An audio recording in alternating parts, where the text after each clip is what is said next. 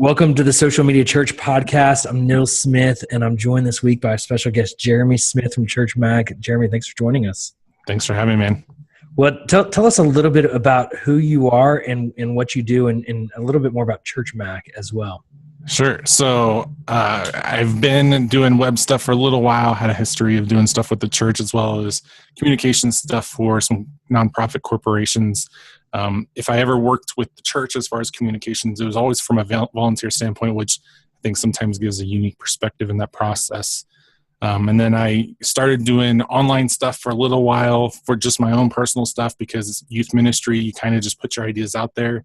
And then I connected with Eric Dye, who currently owns Church Mag. Yeah. Church Mag in of itself is a place where there's a whole lot of, nerdiness, geekiness that happens online. Most of the time, it's just directly related to church. But sometimes it's just nerd culture in general that kind of just feeds your soul, only a geek can do. And so there's a lot of different fun stuff that we do over at Church Mag, whether it's direct application for the church, or sometimes it's just to simply invest in the individuals that are serving the church as well. That's awesome. And I've been a big Church Mag fan for many years, even before Church Mag, when it was Church Crunch, I believe was the name before. And so I've learned so much through the years and been appreciative for how you guys have led the conversation and pushed technology forward in the church. Tell me, as you've been a part of this journey with Church Mag, where do you feel like the church has really progressed when it comes to technology, and where do you feel like they've really lagged behind? I think one of the big things that at least as far as with Church Mag and interacting with other people that are trying to invest in the conversations on here, I think that people are finally asking the right questions. Mm-hmm. I think that people are asking questions in general, which I think a lot of times are simply missing. And so they're challenging that process of, what does it mean? What does it mean to have success? What does it mean for us to go beyond our comfort zone? And so I think that there's a lot of great things that can happen with that, not just for the church itself, which is great to build up the church, to impact the congregation and the leaders to get a message out there. But I think a lot of times, at least especially with the place where we're at with 2016, we're looking outside of ourselves. So if you look at a lot of the social media stuff that's being talked about with churches, it has nothing to do with trying to get people in the church, but simply sharing the gospel with people. There's this whole mentality of, and I don't think it's fully worked out, of how do we spread the gospel to people on the internet in general and try to get the community invested. And I think it's inherently put with this conversation about community, and the one conversation that kind of represents all of this is, instead of trying to figure out how to get people into our church, they partner with all the different churches in the community and say, how do we get these people into a church, period? Yeah. So it's not a me versus them mentality. It's just let's get people hearing about the gospel in general, regardless if we get tithes and offerings or another person to add to our congregation list or whatever. That's awesome. That being said, I think that some of the lag behind is with every new thing, there's some money that's involved. Yeah. Technology in and of itself, there's a lot of expenses. And that's not including the man hours that go behind this, where we always say, you're working 20 hours, but you're going to get paid for 20 hours, but you're going to work about 60. Yep. And so just this mentality of all the difficulties that fall behind with this, and then just the trying to be the thought leaders in that process, not necessarily the thought adopters, but the thought leaders in those conversations. I think that sometimes we're falling behind with that process as well. So do you think it's that churches don't invest enough money, or they don't wisely invest their resources? I mean, obviously you see corporations that will throw so much money at technology. Yeah.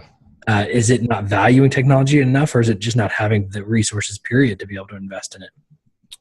I wish I could say it was either one of those. I don't think that they're giving it enough of time of day, because if they were really trying to, you talk about the TV app and live streaming and websites, if they were really trying to see the benefits of something like that and how effective it is towards anything else, the money doesn't matter at this point. We will figure out how to make it happen. Yeah. It's just simply being able to communicate what does this mean as far as that's concerned, and trying to show church leaders and elders that may not even be on Facebook, let alone wanting to invest in something like that.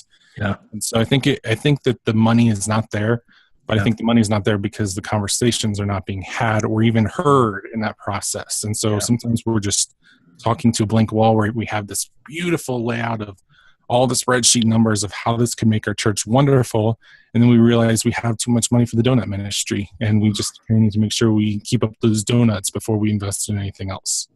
Yeah, that's good. Well, as we look ahead to 2017, is there one new technology that you would say, churches, pay attention to this, because this is something that's going to be a big deal for the next 10 years, or might just be a big deal for the next 6 months. But is there something that you see, or a couple of things that you see, like, man, pay attention to this, church leaders? Man, it just really kind of comes back to the tried and true stuff, at least at this point, because you're trying to get early adoption stuff in this process. There has to be proven ways before a church leader will even think about it. I think that the success that we've seen Facebook have with the election in general, how much impact that can have. I mean, all the fake news sites, and I think you guys started to touch about this on a previous episode, but all the fake news sites that just simply collaborated something within a couple of days, threw it out there, and had such immediate success. I can't imagine you not investing in something like that. Instagram in and of itself can be super powerful and super helpful if you really try to do something like that. So I think that that's huge. Yeah. Well, and what I'm hearing you say is basically we don't have to create the technology. The technology is there, and Facebook is innovating around the technology. We need to utilize these platforms that are created on these platforms, and better dig into them. So let's talk social media a little bit. What trends maybe are you seeing develop, and maybe are developing over the next 3 to 6 months that you encourage church leaders around? Well, people, I don't think Snapchat is the devil anymore, so that's good to hear. I mean, it does have a very shady past, but I think that a lot of people are starting to think that maybe it's not just something for sending naked pictures to people, and there's so much more that could be done with something like that. Even if it's from a very passive, come see what we have to do mentality. I know there's a whole conversation going on right now of do we friend people so that we can send them stuff directly, or do we just let people see our own stories? And so that's a whole conversation to be had, and how to do that well. I think that direct communication is really kind of changing things for us, whether it's Facebook and trying to do videos specifically for private groups in the church and trying to do something like that, or Instagram, where you're just simply having those conversations with people in a unique way that maybe the social media of 2010 just had no way of anticipating. Is there a social network that you would say church are spending too much time on? Twitter. And I'm going to say this, and it's going to hurt my soul, for the past 4 years, but Google Plus. Wow. Okay. I'm the one that connected you and Dustin Stout together to have that conversation. I was all in with Google Plus. I think there's still some benefits for the Google search application. Totally agree. But anything beyond that, I think that they're kind of giving things up, and they're going more the talking bots aspect of things. And there's probably going to be some social media with something like that, the social media mentality with those bots that maybe churches could look at. But I don't see anything in the next year or two that churches can dive deep in and have everything figured out and ironed out in that process. So those are the two big ones.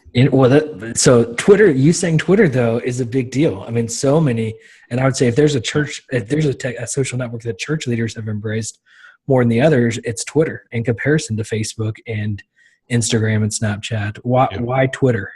I mean, think about the population. Think about the mentality of corporations on Twitter. Twitter has this whole mentality of we're against the man, we're against all this stuff. That's what Donald Trump was about. We're against the establishment of the government, and he thrived. And then Hillary Clinton was like, yeah, but you as a rebel rouser, you're not doing all these things. And just the engagement in and of itself, I don't care about the outcome of the election. The engagement of itself, he was just millions of miles ahead of that. Now, individuals and leaders within the church can have those conversations, but a lot of times those conversations are towards other leaders within the church. It's not the Amy Sue who sits in the congregation in the front pew. She's not on there. She doesn't necessarily care about any of that stuff. But then if you talk about the other church leaders in your community, or some of the thought leaders, that absolutely is a great connection to have those one-on-one conversations. But I don't see a huge engagement. If you had to pick one or the other, I would go Facebook any day. I would go Instagram any day. instead of Twitter, and then just have an individual process with that. I love it. I love it. You and I are very much on the same page.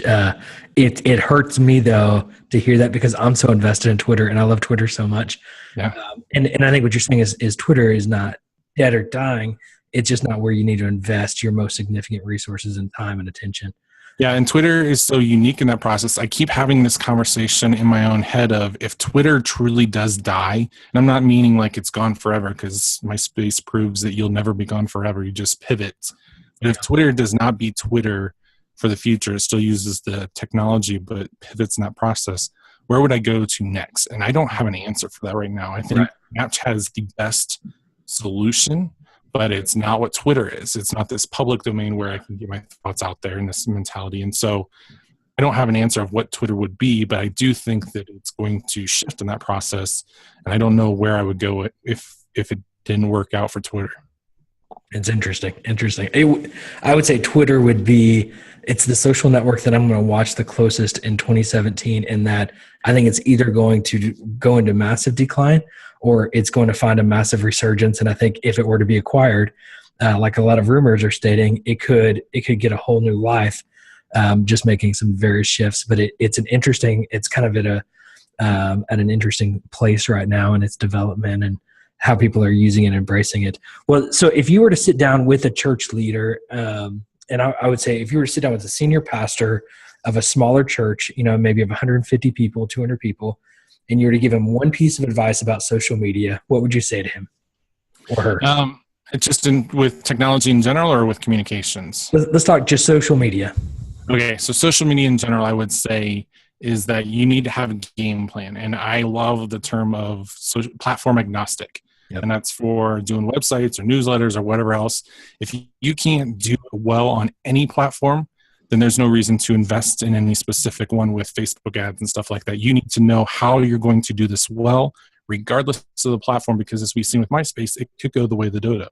And Google Plus, I think people used it well, but they used it well because they knew how to do social media well. It's not because they had every trick and hack to be able to use that platform well. Yeah. And so I think that when you have that strategy, you know how you want to, then that's going to be great. Some churches go into this mentality of, I'm going to try to be the thought leader. And so Google Plus was something you needed to do. You need to be on Snapchat right now. Instagram even, you need to be there. And other people say, I need to reach as many people as possible. And so if I can reach as many people as possible, that's going to be great. Today, hitting as many people as possible means Instagram and Facebook. And when those things die away, then you find the next big platform and you go for that. That's good. That's great advice. That's really good. Okay, let's, before that question, social media or technology, if you were to just say technology in general, what one piece of advice would you give the pastor? Think about it from their standpoint. I wish we had more of a conversation within church communications about pornography. I wonder how many people are truly looking at what pornography does to families, to individuals, to church leaders, or to lay people. And so there's very little conversation with that. I think that there's an inherent bias in just general things. These are some things I've been looking at with Church Mech for 2016 I see are huge. Technology in general, I think that sometimes we push men at the forefront and we leave women behind when they have such great talents and amazing abilities that exceed men's capacity. And then I think that just that general conversation of what is it that you want to do with the technology? I don't think a lot of people have an answer to something like that. And so I would never invest in a church who did not know what they wanted to do with some other technology.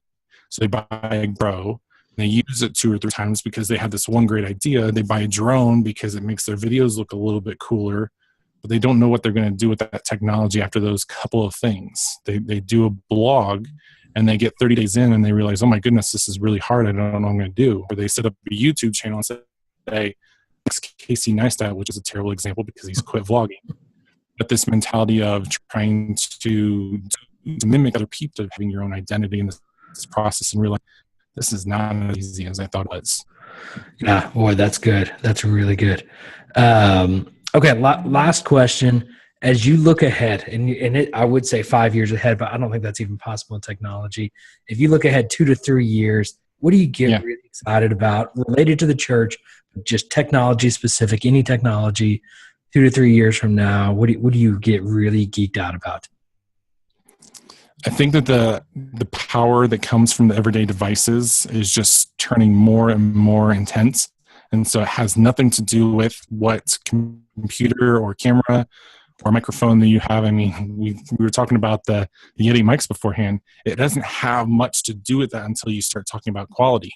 Look at the Snapchat glasses that they have coming out.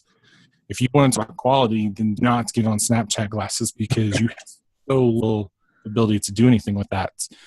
So it becomes so much more about the content that you're creating and to do something well with that. And so invest in trying to do that well and then use the technology along with that, regardless of what it is you're trying to produce or not produce in that process.